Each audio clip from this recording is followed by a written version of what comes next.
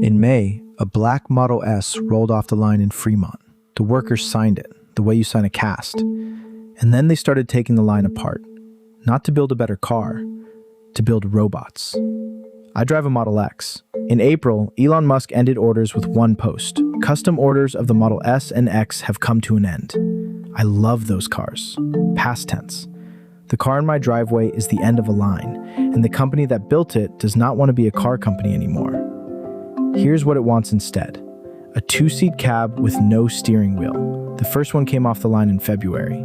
And a humanoid robot that Musk says will be 80% of the company's value. The old flagship line is being retooled to build it. Now the honest part. 1 million robo-taxis were promised for 2020. Cybercab capacity is claimed at 125,000 a year. The count in August, by people tracking the serial numbers, was about 2,000. So no, the future is not on schedule. It never is. But look at what is actually on the road. Driverless rides, paying customers, 7 metro areas claimed, 2.5 million paid miles. That was 14 months ago. And underneath all of it, the announcement that made me sit up, the Terafab. Last November, Musk said it plainly.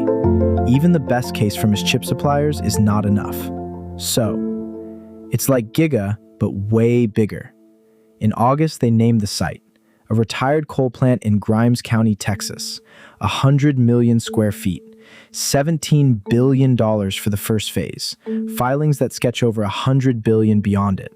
He calls it the largest and most valuable building on Earth, by far. For most of history, the biggest building in town was a church. This one prints circuits. The filings call it a general framework, with no binding commitments. Both of those sentences are true. Hold them together. And at the center of the render, there is a ring. Someone asked if that ring is a particle accelerator. Musk's entire answer was 6 letters. FEL. FTW. The machine that makes every advanced chip on Earth works like this. A generator fires 50,000 droplets of molten tin per second into a vacuum. A laser hits each droplet twice and turns it into plasma, dozens of times hotter than the surface of the sun. That plasma glows in a wavelength that lets us print circuits atoms wide.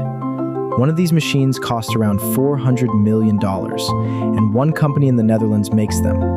A free-electron laser replaces the tin fireworks with a particle accelerator. 10 times the power, maybe 20. The Americans are building a prototype. So are the Japanese. If the ring in that render is real, the bottleneck of the entire digital world is being redesigned in a cow pasture in Texas. The next 7 years then, not the hype case, the base case. 3 years. Driverless cars are boring in a dozen metros, and agents run your errands. Mine already do. 5 years. The fab either pours light or it doesn't, and humanoid robots are factory equipment, not roommates.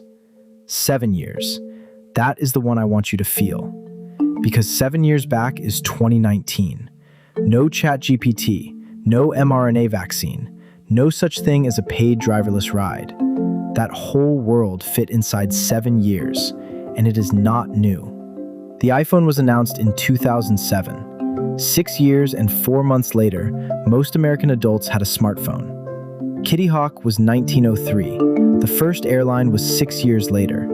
The letter warning Roosevelt about the atom was August 39. Trinity was July 45. 5 years and 11 months from a letter to a light brighter than the sun. Looking forward, 7 years feels like science fiction. Looking backward, it is a Tuesday. You never experience the future arriving. You experience having already arrived in it. I have said it before. For the first time in human history, we are not inventing a tool. We are inventing the inventor. And when it lands, there will be no ceremony. There was no ceremony when the wonder became wallpaper. The lights just came on and everyone went back to work. So the question is not whether it is coming. It is coming on the ordinary schedule, the one that always felt slow in the moment and impossible in hindsight. The question is who you want to be when it arrives.